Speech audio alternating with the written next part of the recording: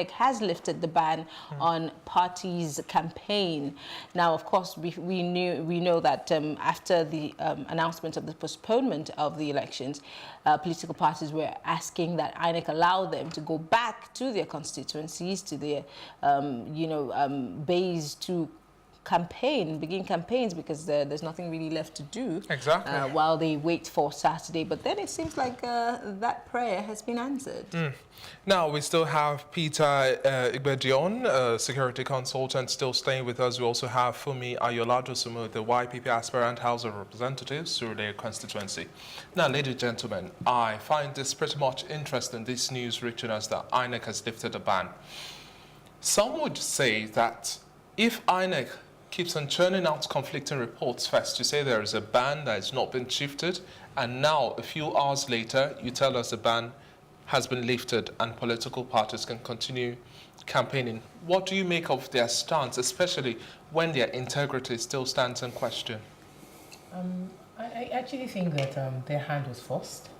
INEC was trying to, I think what they were trying to do was to ensure that nothing changed until Friday, until Saturday when we do the votes. But when you have the two big parties who have decided that they'll go ahead with the campaign either way, it was just best to, to fall in line. Because there's no point. I mean, will you start penalizing people for going ahead with the campaign, considering the fact that the Constitution says that campaign goes on until 24 hours before the election, which will now be Thursday night. So they really don't have a leg to stand on, which is why they had to... Are you sounding this way because your party is also going to be a beneficiary of this? Well, the truth of the matter is that you take advantage of every little opportunity that comes. I mean, this election is going to be a whole different ball game. So we need to take advantage of every opportunity that comes. I think INEC should have, and this is my personal opinion again from a professional standpoint, I think INEC should have held on to the ban. If you will be critically introspective, you realize that the fact that the elections were postponed the way they were has created more acrimony. There's mudslinging, people accusing INEC of bias, people accusing PDP of being the one responsible for the shift in dates of the elections. You have the APC saying, so the both, especially the main parties, the frontline parties, their supporters are agitated even more than before. So if you allow people to go in and begin to campaign now, just 3-4 days to the main elections, I mean, you're only creating a platform for them to conflict. Before now, 3-4 days. But this for the presidential elections. Yes. I mean, 3-4 days to the elections. Almost every party had gone all to the 6 states. So what more campaigning is there to do? Another question is this. Some political parties were calling for compensation, that they had already fielded some of their officers across the states of the Federation and the FCT as well. So where are they supposed to, if you are now pushing for more campaigns, that means money. So why then did you cry foul initially? That's another question some groups are asking. Because now everybody is saying, yay, we have more chance to win votes. Yeah. But you were still crying, nay, a few days ago. I mean, prior to the elections, and I'll say this and let you say you have your turn. Prior to the supposed date for the elections last Saturday, I doubt that they were still swing voters or undecided voters. Everybody had practically made up their mind. What you're going to do now will amount to just pouring water in the ocean. I'm not sure I agree with you. I can tell you that some positive news has come out just because of the postponement.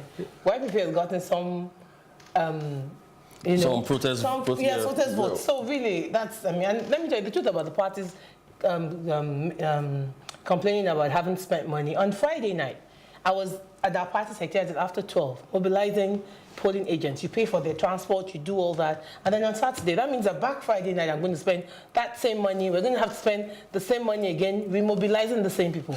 So the truth of matters is that there's a lot of money that had been spent. So there's no reason for them to But here you are excited about the news of having an opportunity to campaign. So the question we're still asking is, where's the money? Beyond the opportunity, where's the money? No, you can do campaign. You see, the problem I have with Nigeria is that everybody thinks that campaigning has to do with it. You must spend money for you to campaign. But parties were asking for money. Yes, the truth of the matter is that you will spend money, but this last-minute campaigning is not about.